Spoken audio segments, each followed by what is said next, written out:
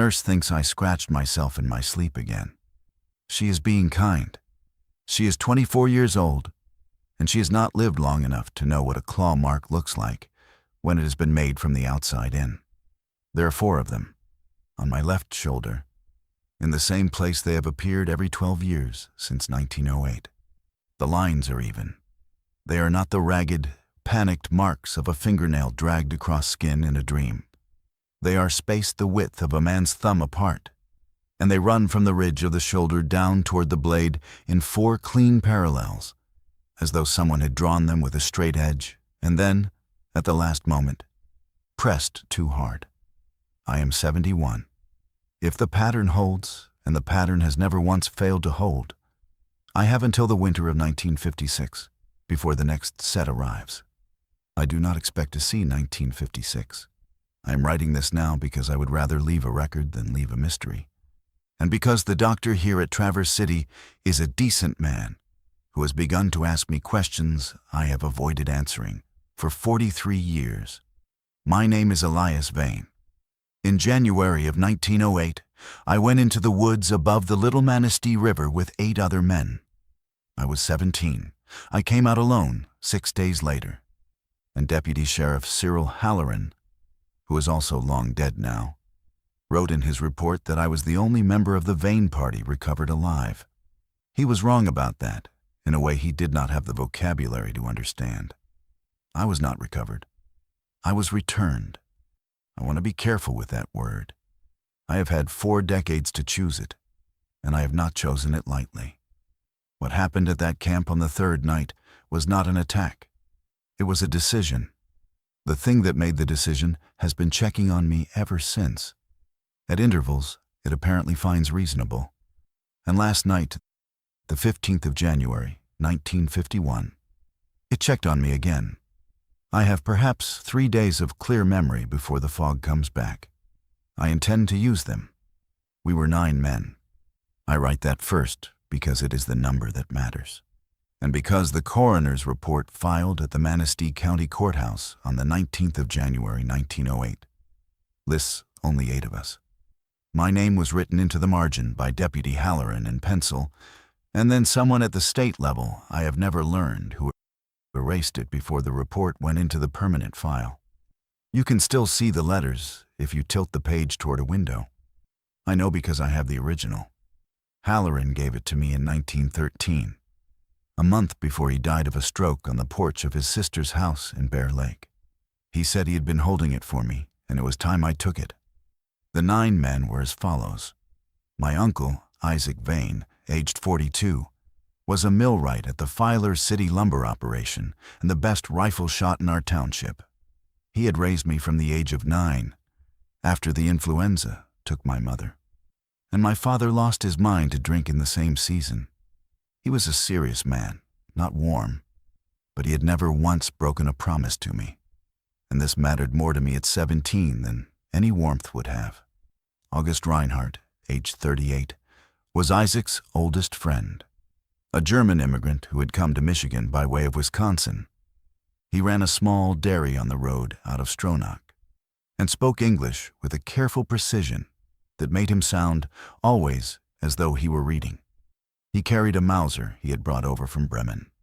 Court Ellery, aged 45, was our nominal leader on the trip. He had guided in the Upper Peninsula for 20 years and had been to the Little Manistee Ridge 4 winters running. He knew the ground.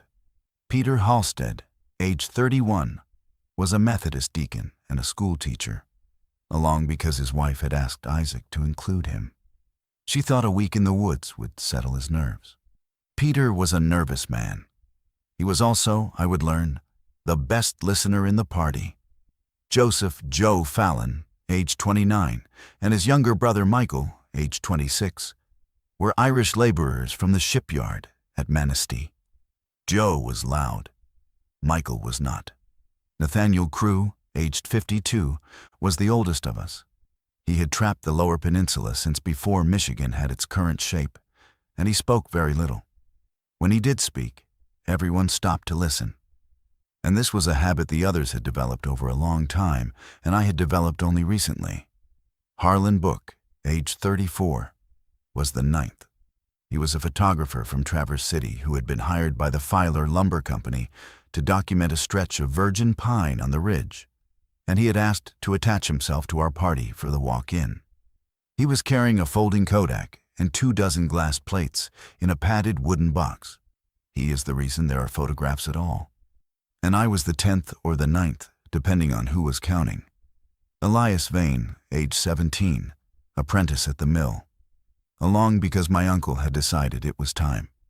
We left Filer City on the morning of the 12th of January, 1908, in a snow that had not yet begun to fall but was, in Nathaniel Crew's phrase, leaning against the door.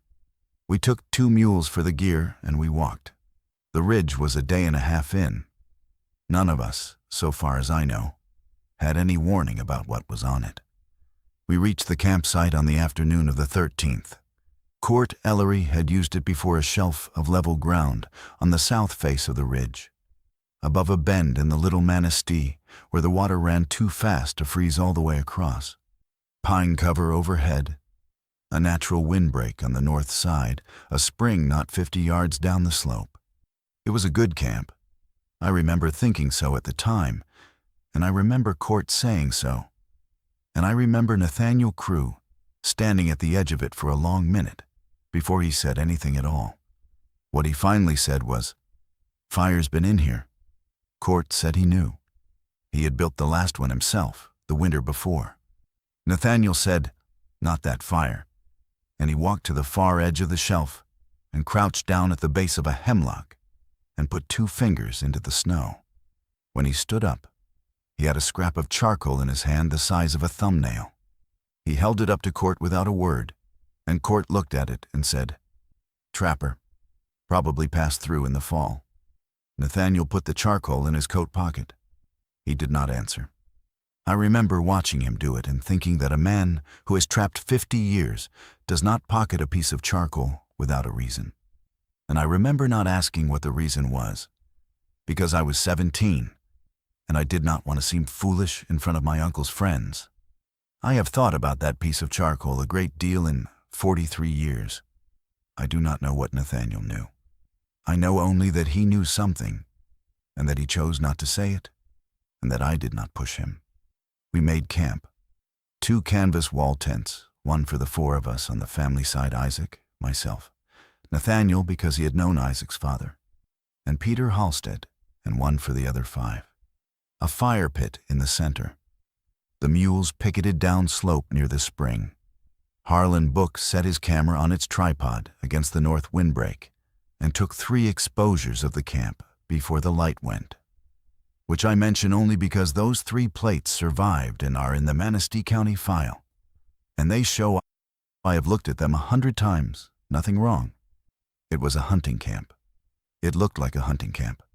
The first anomaly came at dusk, and it was small enough that I would not have noticed it if Nathaniel had not stopped me at the edge of the tree line and pointed. There was a deer trail crossing the shelf from north to south, and there was a set of prints in it, a doe by the size of them, moving unhurried. The prints came into the shelf from the pine cover on the north side, crossed to within perhaps 15 feet of where we had already begun to lay out the fire pit. And then, 3 prints past that point, they stopped. Not stopped as though the doe had turned. Stopped as though the doe had, mid-stride, ceased to exist. There were no prints leading away. The snow ahead of the last hoof mark was unbroken. The snow to either side was unbroken. And the print itself was not the shallow, tentative print of a deer that had reared up and come back down. It was a full, deep, forward-moving print, weighted onto the front of the hoof, as though the animal had been in the act of taking her next step when the step never landed. Nathaniel looked at the prints for a long time. Then he looked up into the branches of the hemlocks above the trail. Then he looked at me, and he said quietly, "Boy, don't go past those prints tonight for any reason. Not to piss, not to fetch, nothing." I said I wouldn't. He said, "Good." And he walked back to the fire, and he did not mention the deer prints to Court or to my uncle or to anyone else. And I understood without being told. that I was not to mention them either. I did not sleep well that first night. I do not know that any of us did. But the wind was low, and the fire was steady, and no one heard anything unusual. And by the morning of the 14th, I had begun to tell myself that a doe could, perhaps, have leapt sideways off the trail and landed in a place I had not thought to check. I was 17. I was very good, at 17, at telling myself things. The 14th of January passed in what I remember as ordinary hunting. Court took Joe and Michael Fallon east along the ridge to check a game trail he knew. August Reinhardt and Peter Halstead worked the slope down toward the river. My uncle kept me with him and Nathaniel, and we hunted west along the shelf, moving slow.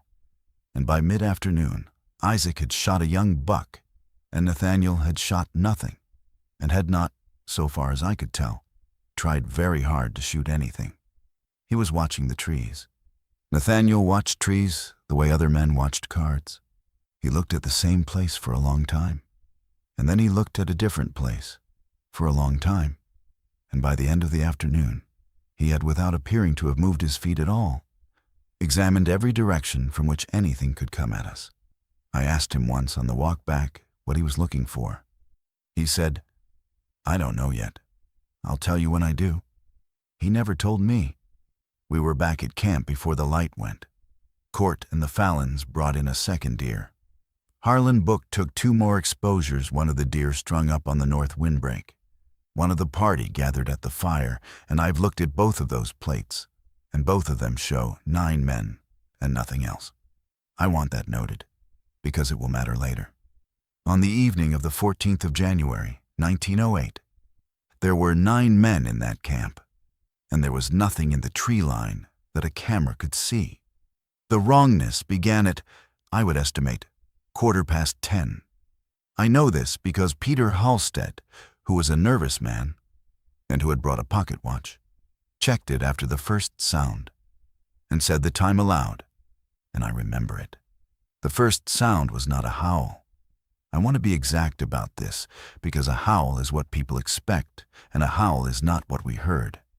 A howl is a long, sustained call, produced by a wolf or a coyote or a dog, with a beginning and a middle and an end. What we heard on the night of the 14th was a single note, held for perhaps 4 seconds, that did not rise and did not fall and did not resolve. It came from the north, from somewhere in the pine cover above the shelf, and it was pitched low enough that I felt it in my chest before I understood I had heard it. The dogs Court had brought 2 hounds did not bark. They came out from under the family tent, and they walked on stiff legs to the fire. And they lay down against the side of the fire pit close enough that August Reinhardt had to move his boots. They did not move again until dawn. Court said, "Wolf." Nathaniel said, "No." Court said, "Cat." Nathaniel said, "No." Peter Halstead said, "What then?" And Nathaniel did not answer him. He walked to his gear and he took out his rifle, a Winchester lever action, the same model most of us carried, and he worked around into the chamber, and he sat down on a crate facing north, and he did not go back to sleep that night. I know because I woke twice, and both times he was sitting where he had sat down, and both times the dogs were pressed against the fire ring, and both times my Uncle Isaac was awake beside him, saying nothing. The second sound came at, Peter told me later, 20 minutes past 2 in the morning. It came from perhaps 60 yards north of the camp, and it was a footfall. Not a footfall in a stalking sense, not the delicate, tested weight of a predator moving on cover. A footfall in the way a man's is a footfall. Heavy, confident, placed. And then a second footfall at a stride length that no man could have made. August Reinhardt fired his Mauser into the pine cover. He fired 3 times in the direction of the sound, and the sound stopped, and nothing came out of the trees, and nothing cried, and nothing fell. In the morning, we found no blood. We found no prints.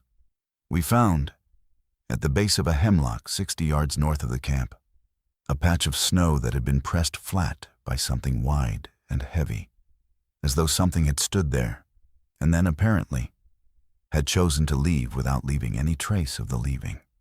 Nathaniel looked at the flat place for a long time. Then he looked at me and he said, "Elias, pack your kit. I want you off this ridge by noon." My uncle Isaac said, "He stays with the party." Nathaniel said, "Isaac." My uncle said, "He stays with the party. We stay together." Nathaniel Crew looked at Isaac Vane for a long moment. Then he nodded, once, and he did not raise the subject again. And I did not either. I was 17. My uncle had spoken. I stayed. I have thought about that exchange every day for 43 years. I do not blame my uncle. I want that on the record. He believed, correctly, that we were safer as a group of 9 than as a group of 8, and a boy walking alone through pine cover with something in it. He was wrong about which of us the thing had come for, but he was not wrong about the arithmetic. He made the decision a reasonable man would have made. He paid for it. So did the others. So, in a different currency, did I. By the middle of the morning on the 15th, Nathaniel had walked the perimeter of the camp twice, and Cord Ellery had walked it once, and the two of them were speaking to each other in low voices at the north windbreak, in a way that I understood I was not meant to interrupt. I interrupted anyway. I did it because I had noticed something Court and Nathaniel had not yet mentioned. And I did it because at 17, a boy who has noticed a thing wants credit for having noticed it. I said, "There are prints on the south side too." Court turned to me. Nathaniel did not. I said, "I went down to the spring for water. There are prints in the snow above the spring path, same as the flat place, wide, 2 of them." Court said, "Show me." I showed him. Nathaniel came with us, and my uncle came with us. And Peter Halstead came with us, because Peter was afraid to be left alone in the camp. And when we got to the spring path there, they were 2 impressions, of the same width and weight as the ones north of the camp, pressed into the snow perhaps 30 yards downslope of the shelf, at the base of a birch. Nathaniel stood at the birch, and he looked north, back up toward the shelf. Then he turned in place, and he looked east along the slope. Then he turned again, and he looked west. He said, "Court, walk east. 50 paces. Look for another flat place." Court walked east. Nathaniel said, "Isaac, walk west." My uncle walked west. They came back within 10 minutes of each other. Court had found an impression 52 paces east of the birch, at the base of a hemlock, of the same width and weight. Isaac had found an impression 48 paces west of the birch, at the base of another hemlock, of the same width and weight. Nathaniel took a stick, and he drew, in the snow at his feet, a rough circle. He put a mark on the north side of the circle for the flat place we had found that morning. He put a mark on the south side for the birch. He put a mark on the east for Court's find. He put a mark on the west for Isaac's find. And then he stood up, and he looked at the 4 marks, and he said without any particular emphasis, "It's a ring." Peter Halstead said, "What do you mean, a ring?" Nathaniel said, "I mean it stood in 4 places around us last night. I mean it didn't come at us. I mean it walked around us and put its feet down, where it wanted us to see them in the morning." Peter said, "That doesn't make any sense. Why would an animal?" Nathaniel said, "It isn't asking for our understanding, Peter." I looked at the ring in the snow, and I looked at Nathaniel, and I understood, and I want to be clear that I understood this at the time, at 17, standing in the snow above the Little Manistee River, and not only in hindsight, that whatever had walked around our camp in the night had done so with intention, and that the intention had not been to eat us, or to test us, or to scare us off the ridge. The intention had been to mark the boundary of something, and we were inside it. Court said, "We break camp." Nathaniel said, "Yes." My uncle said, "It's a 2-day walk out with the mules. We won't clear the ridge before dark." Nathaniel said, "I know." Court said, "We go anyway." We began packing at, I would estimate, 11:30 in the morning of the 15th of January, 1908. We had not gotten far when Harlan Book, who had been at the north windbreak taking down his tripod, called for Court in a voice I did not like. And when we came to see what had made Harlan call, we found the third set of tracks. They were not at the base of a tree, and they were not in a ring. They were on the shelf itself, 6 feet from the fire pit, on the north side of it, and they were fresh pressed into snow that had fallen during the morning while we were down at the spring. Something had walked into the camp while we were arguing about the ring. Something had stood by our fire pit, and then something had walked out again, north, into the pine cover, on 2 legs, at a stride length that no man could have made, leaving prints that were not the prints of any animal I had ever seen or been told about. Nathaniel Crew looked at those prints for a long time. Then he said, very quietly, so that only Court and my uncle and I could hear him. Peter Halstead was already backing toward the tents, he said. We don't make it out today. It knows we're going. It came in to tell us it knows. Court said, then what?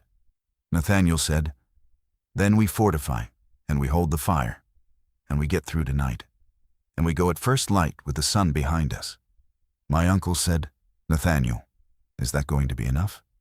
Nathaniel Crew did not answer him. That was the 15th.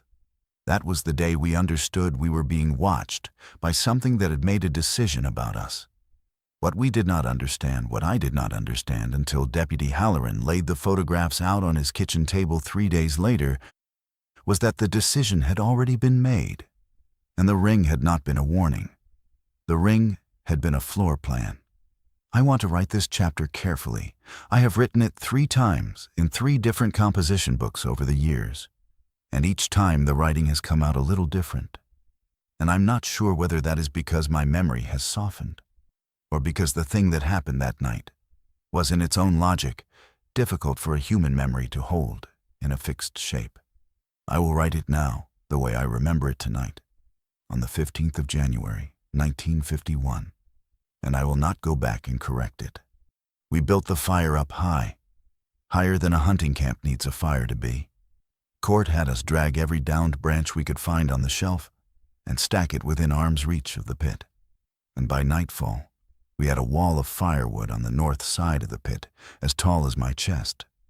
The 2 hounds were tied to the base of the family tent's center pole on short leads. Every rifle was loaded, and every man was awake. Peter Halstead was praying quietly. Nathaniel was not. The moon came up around 8. It was not full, but it was near enough to full that once it cleared the ridge line, I could see the tree line clearly, and I remember thinking that this was a kindness, that we would at least see the thing when it came, and that seeing it would be better than only hearing it. I was wrong about that. Seeing it was not better. It came at, I believe, a little after 11. I did not check a watch. I know it was after 11, because Peter Halstead had stopped praying and had begun to doze with his back against a crate, and Peter would not have dozed before 11. The first sign was the hounds. Both of them, at the same moment, stopped breathing. I had never heard a dog stop breathing before. I did not know they could. But both hounds, tied to the tent pole, went absolutely still, not tense, not growling, not whining, still. And I looked at them, and I looked at Nathaniel, and Nathaniel was already on his feet. He said, "It's here." August Reinhardt stood. Court stood. My uncle stood. Joe Fallon stood and pulled his brother Michael up by the arm. Peter Halstead woke and did not stand. Harlan Book was in the family tent, asleep, and he did not come out. I want to say his name here because he did not come out, and I do not know, to this day, whether he woke at all. I turned toward the north tree line, because that was where the ring had been heaviest, and that was where the flat place had been. I turned and I looked, and I saw nothing. And then Court said, "South," in a voice I had not heard him use before, and I turned south. It was standing at the edge of the shelf on the south side, 10 feet in from the tree line, between 2 hemlocks, in the full light of the fire. I want to describe it, and I do not know how to describe it. I have tried in 3 composition books, and I have not gotten it right. I will try again, It was tall, taller than any man I have ever seen. If it had stood fully upright, and it did not quite, it held itself slightly hunched. The way a man holds himself when he's about to lift something heavy, it would have been, I estimate, close to 9 feet. Its shoulders were wider than the span of a man's arms. Its arms were long. Its forelimbs, I do not want to call them arms, were long enough that its hands, if it had let them hang, would have reached below its knees. And its hands were not hands. They were paws. But the paws were long-fingered and clawed and articulated the way a human hand is articulated, with a thumb, and the claws on the fingers were the length of my forefinger and curved. Its head was a wolf's head. I will not soften this. It was a wolf's head, but it was too large for a wolf, and the snout was slightly shorter than a wolf's snout. And the eyes were forward set, the way a man's eyes are forward set, and not to the sides, the way a wolf's eyes are set. And the eyes caught the firelight and threw it back pale. And I remember very clearly understanding at that moment that whatever was looking at us was not a wolf, and was not a man, and was not any category that existed in any book I had ever read. Its fur was crusted with frost and pine needle and old blood. Not fresh blood, old, weeks old, the way a butcher's apron gets before it is washed. It did not move. For perhaps 4 seconds, I am guessing at the count. It may have been longer. Nobody in the camp moved either. The fire made the only sound. And then Isaac Vane, my uncle, lifted his rifle to his shoulder and fired. He was the best rifle shot in our township. I want that noted. He fired at a range of perhaps 30 feet, at a target the size of a man's chest, standing still in full firelight. He did not miss. The thing did not move when the round hit it. It did not stagger. It did not roar. It looked in the moment after my uncle fired exactly as it had looked in the moment before. And then it came. I do not remember the run. I remember the arrival. I remember August Reinhardt firing his Mauser, and Court firing his lever action, and Joe Fallon firing, and Michael Fallon firing, and my uncle working his lever for a second round. And I remember the sound of the shots stacking on top of each other, in a way that in any other circumstance would have felt like safety. And I remember the thing being in the camp. It took Joe Fallon first. It did not maul him. It struck him once, across the collarbone and down through the sternum with its right forelimb. And Joe went down without a sound. And it stepped over him. Michael Fallon screamed and ran. He got perhaps 20 feet toward the tree line before it was on him. I did not see the strike. I saw Michael stop moving. August Reinhardt was reloading. He was the only man in the camp still capable of coherent thought at that moment, and he was reloading. And he almost got the second round chambered before the thing was in front of him. And then he was not there anymore. Cord Ellery fired his last round at close range and threw his rifle at the thing's face. Court was a man who had guided the UP for 20 years, and I want him remembered for throwing his rifle. The rifle bounced off. Court was struck across the face and the throat, and he fell against the fire pit, and his coat began to burn, and he did not get up. Peter Halstead was on his knees. I do not know if he was praying or if he had simply fallen to his knees when the shooting began. The thing walked past him. It walked past him. I saw this. I want to be exact about it. It walked past Peter Halstead, and it did not touch him. And Peter, who was, and I have thought about this, for 43 years, the only man in our party who had not fired a rifle. Peter did not move, and the thing did not turn back, and for perhaps 2 full seconds, I believed, foolishly, that Peter would live. He did not. The thing came back for him last. I do not want to write that part. I will not write that part. It came back for him last, and it took its time about it. And when it was done, Peter was no longer recognizable as Peter, and the thing lifted its head from him, and it looked across the fire at me. I was still standing at the north side of the fire pit. My rifle was in my hands. I had not fired it. I want to record this honestly. I had not fired my rifle. I do not know why. I had chambered around when the hounds went still, and I had raised the rifle when my uncle raised his, and I had not pulled the trigger, and the whole time the camp was being destroyed. I had been standing at the fire pit holding a loaded rifle at my shoulder, and I had not fired it once. The thing looked at me across the fire, and its pale eyes caught the light, and it did not move, and I did not move. And for the second time that night, the camp became still.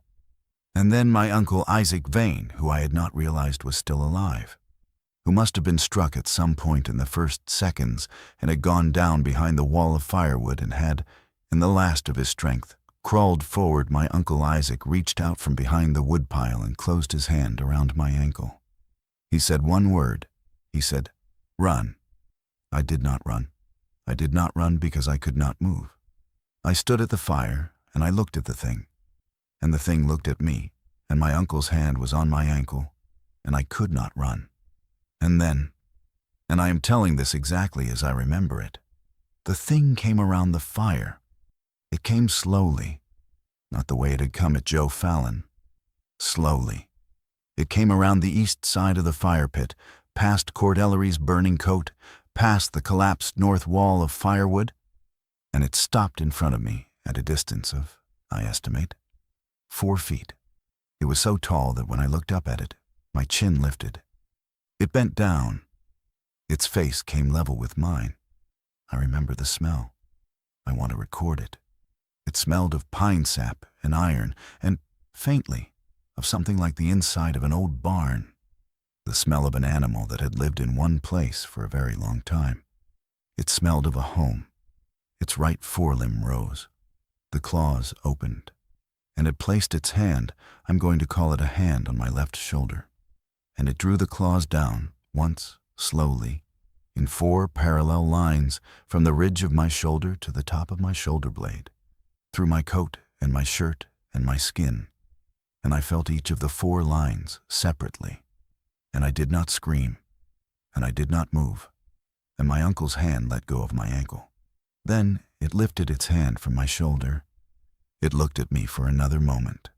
Its pale eyes held mine, and I understood. I want to be exact.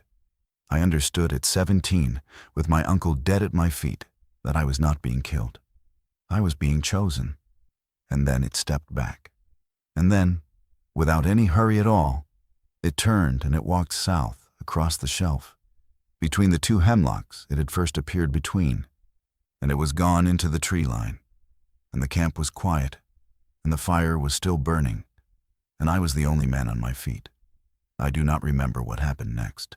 The next thing I remember is the snow, and the cold, and the light of dawn coming up gray, and I was lying on my side, in unbroken snow 20 feet from the tree line, a mile from the camp, with 4 lines of frozen blood down my left shoulder, and no memory at all of how I had gotten there.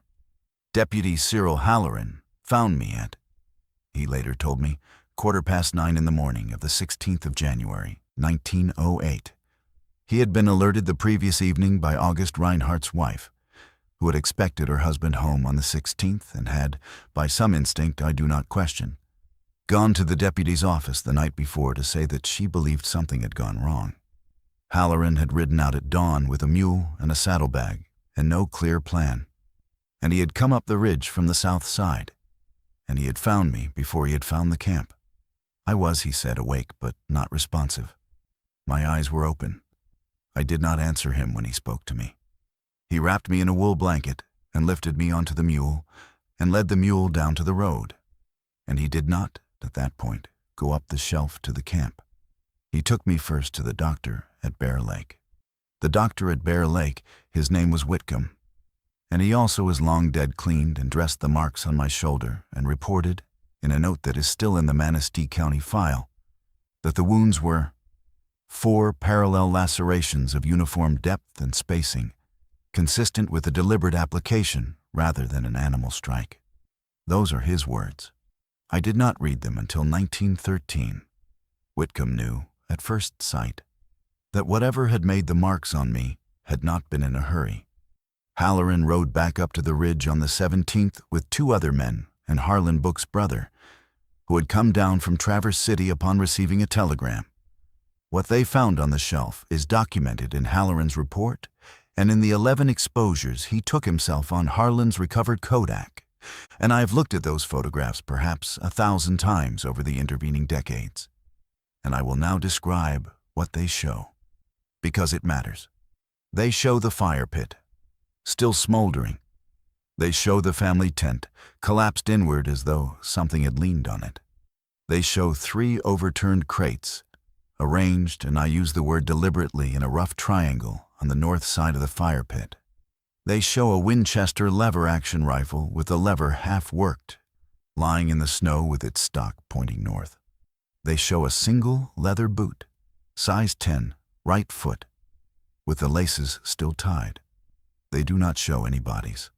I want to write that again, because it is the sentence in this account that has broken every listener I have ever spoken to. The photographs do not show any bodies. There were 8 men killed in that camp on the night of the 15th. Halloran and his party found no remains, not a bone, not a shred of clothing that could be identified with a particular man, not blood in any quantity consistent with what I had witnessed. The camp had been cleared. There was one exception, and it is the exception that has haunted me longest. On the south side of the shelf, near the 2 hemlocks where the thing had first appeared and where it had last disappeared, the snow had been disturbed, not with prints, with drag marks. 8 sets of drag marks, parallel to each other, leading south into the pine cover, spaced evenly apart. 8. Halloran counted them twice and marked them in his notebook and photographed them with 2 exposures, and the exposures survive. I have thought about the arrangement of those drag marks for 43 years. Whatever had come into our camp had not merely killed my party. It had, after killing them, taken the time to lay them out in an order and drag them, one after another, from the shelf into the pine cover in what a rational man would have to describe as a procession. There is one more thing in the photographs I want to record. Halloran did not notice it until 1913, when he was going through his file to give it to me. On the south side of the shelf, in the last exposure, the one taken looking south toward the 2 hemlocks, there is a single set of human footprints in the snow, leading from the fire pit south toward the tree line. Small prints, boot prints, a 17-year-old boy's prints. I was not on my feet that morning. I was a mile north in unbroken snow when Halloran found me. The prints in the photograph are mine. They cannot be anyone else's. Halloran measured them and matched them to my boot at Bear Lake, and he wrote the measurement in the margin of the file in pencil, and someone at the state level erased it, and you can still read it if you tilt the page. I did not walk south from that fire. I did not walk anywhere. But something walked me south, from the fire pit toward the tree line, and then something carried me a mile north, and then something set me down in unbroken snow. I was placed. The ring the thing had drawn around our camp on the 14th had not been a boundary. It had been a stage. The camp had been the theater. My party had been the performance. And I the 17-year-old boy who had not fired his rifle. The youngest witness present had been the audience the thing intended to keep. Deputy Halloran and I spoke in total 7 times before he died in 1913. I want to record what he told me, because most of it is not in the file. He told me that the county coroner had refused to sign a death certificate for any of the 8 men, because there were no remains, and had instead issued a certificate of presumed decease by misadventure for each of them, which was the legal instrument used in the Michigan of that period for men lost to the woods in a manner that could not be documented.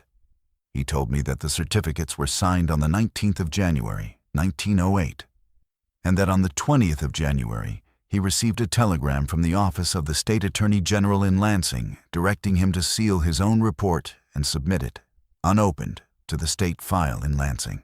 He told me he complied with the letter of the instruction and not the spirit of it. He made a copy of the report before he sealed it, and he kept the copy in his own house. And it is the copy he gave me in 1913, and it is the copy that is in my lockbox now. He told me that in the 18 months after the incident, 3 separate men, 2 from the state, one who identified himself as a representative of the Filer Lumber Company, came to his office and asked him what I had told him about the night on the shelf. He told all 3 of them that I had not spoken about it. This was true. I did not speak about it in any coherent way until 1911, when I was 20 and Halloran had by then earned the right to be told.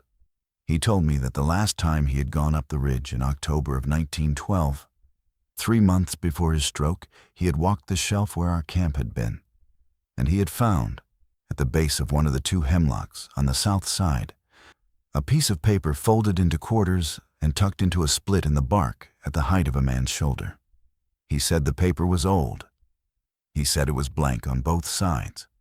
He said he did not know why it was there, and he did not know who had put it there, and he did not remove it. He said he did not go back to the ridge again. I have not been back to the ridge either. I want to note this. In 43 years, I have not returned to that shelf. I have thought about returning perhaps 100 times, and I have not done it. I do not believe I would be permitted to leave a second time. The last thing Halloran told me. The last time I saw him, this was in early December of 1912, in the front room of his sister's house in Bear Lake, 3 weeks before he died, was this. He said, "Elias, I have been thinking about the drag marks." I asked him, "What about them?" He said, "There were 8. I said, "Yes." He said, "There should have been 9. I did not understand him. I said so. He said, "You were in the camp. You were the 9th man. If it took what it killed, and it killed 8 men, then 8 drag marks is the count. But you were left. You were carried a mile north and set down. And it did not drag you. It carried you. And it did not put you with the others." I said, "I don't know why." He said, "I know you don't. I am telling you what I have concluded. It did not consider you part of the meal. It considered you part of something else." He was quiet for a while. Then he said, "Whatever that something else is, Elias, I hope it lets you go." It has not let me go. I want now to describe the marks. This is the section I have been putting off since I began writing tonight, and I will describe it plainly. The marks came back in the winter of 1920, 12 years to the week after the incident. I was 29. I was married. I was working as a clerk for the county assessor in Manistee. I woke on the morning of the 16th of January, 1920, with fresh blood on my nightshirt and 4 parallel lacerations on my left shoulder in the same place, of the same width and spacing and depth as the ones the thing had drawn in 1908. My wife screamed. I told her I had scratched myself in the night. She did not believe me. I do not blame her. In 1932, the marks came again. I was 41. My wife was, by then, dead of tuberculosis, and my son Isaac, thus had named him for my uncle, was 11 and living with his mother's sister in Grand Rapids. I was living alone in a rented room in Traverse City. I woke on the morning of the 16th of January, 1932, with the marks fresh on my shoulder. I did not tell anyone. I photographed my shoulder in a mirror using a folding camera I had bought for the purpose, and I put the photograph in an envelope, and I placed the envelope in a composition book, and I began, for the first time, to write down what had happened to me. In 1944, the marks came again. I was 53. My son Isaac had been killed at Anzio the year before. I was alone in the same rented room. I woke on the morning of the 16th of January, 1944, with the marks. I photographed them again. I placed the photograph in the composition book. And last night, the 15th of January, 1951, at 3:14 in the morning, by the clock over the door of this ward, I woke with the marks again. The nurse thinks I scratched myself. I have not corrected her. I have used the morning to write this account. The composition book is on my lap. It contains 3 photographs. It contains 4 sets of handwriting, all of them mine, in inks and hands that changed as I aged. And it contains, in the front of it, a piece of paper I did not put there. It is folded into quarters. It is blank on both sides. It is the piece of paper Deputy Halloran told me in December of 1912 that he had found tucked into a split in the bark of a hemlock on the south side of a shelf above the Little Manistee River. He did not remove it. I did not remove it. I do not know how it came to be in the front of this composition book. I noticed it there in the winter of 1932 when I began writing this account, and I have not moved it since. I have looked at it many times. It is blank on both sides. It is blank in every light I have held it in. But I laid the 3 photographs of my shoulder on the desk in front of me this morning, in the order they were taken: 1920, 1932, 1944. And I laid the piece of paper next to them, and I looked at the 4 objects together, and I understood, for the first time in 43 years, what I had been looking at. I want to describe the marks precisely, and I want to describe them in the order they appeared.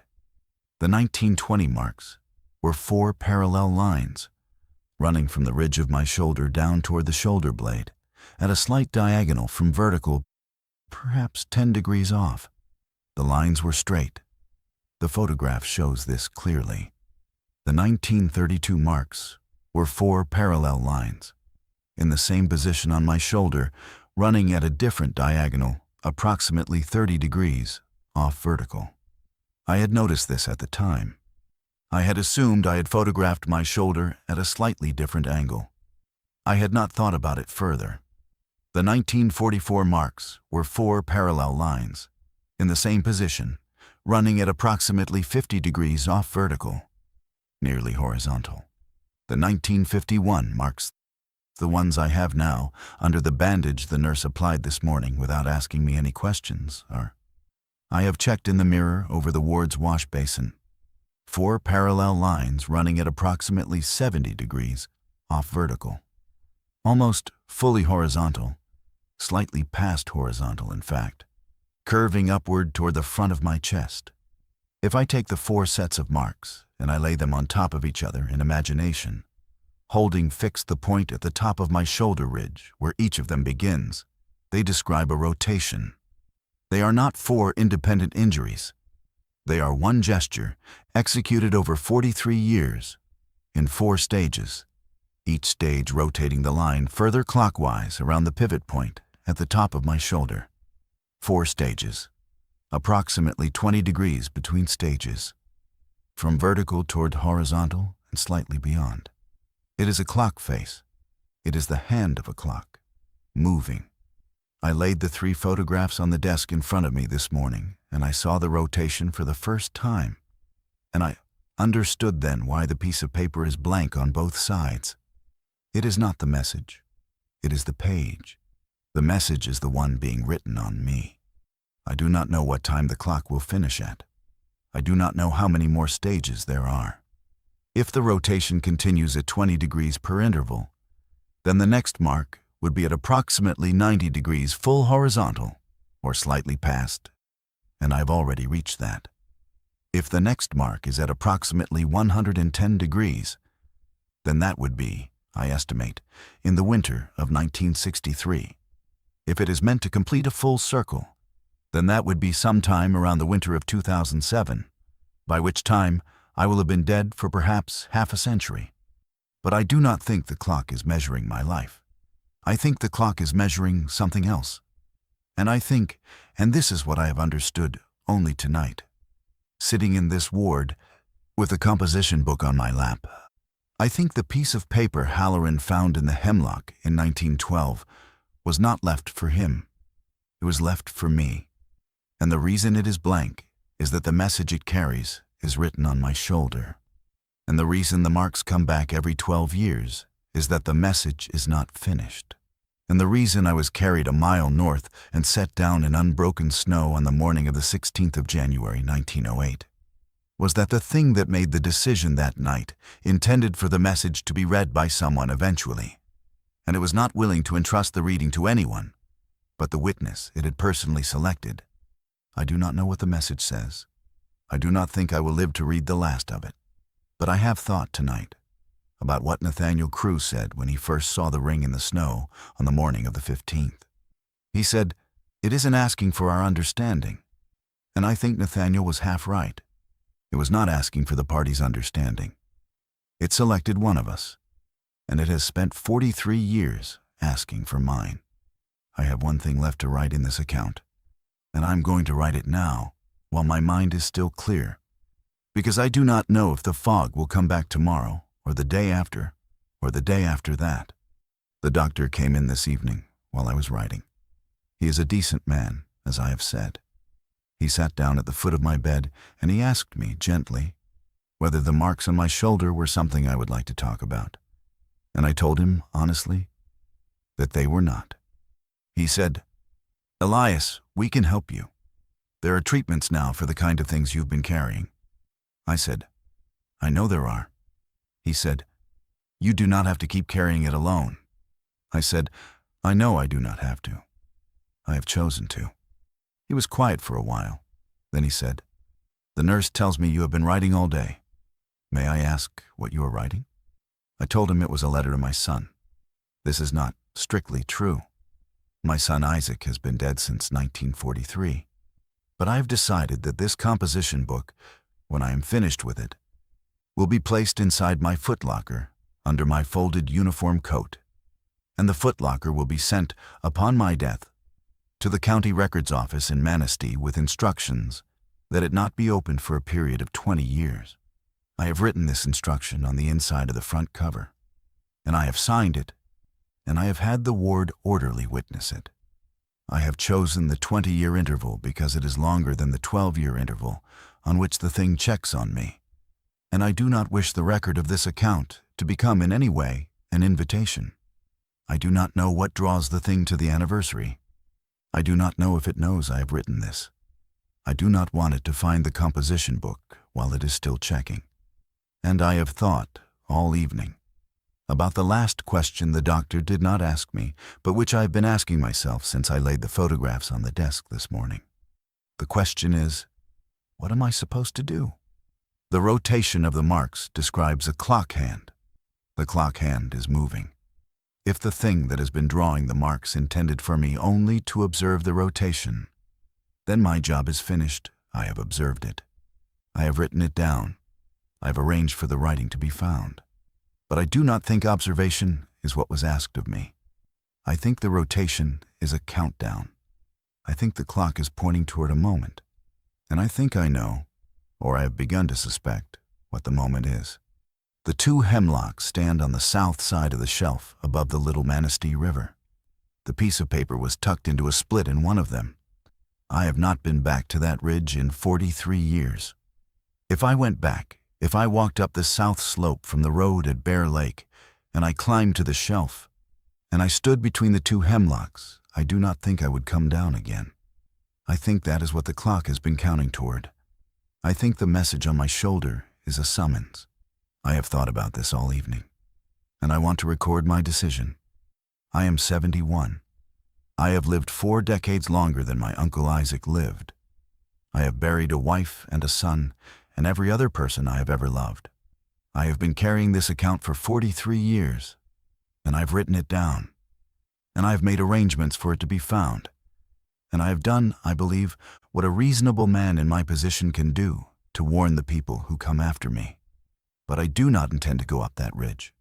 I want that recorded, and I want the reasons recorded, and I want them recorded plainly, because I'm afraid, and I'm being honest, in this last paragraph.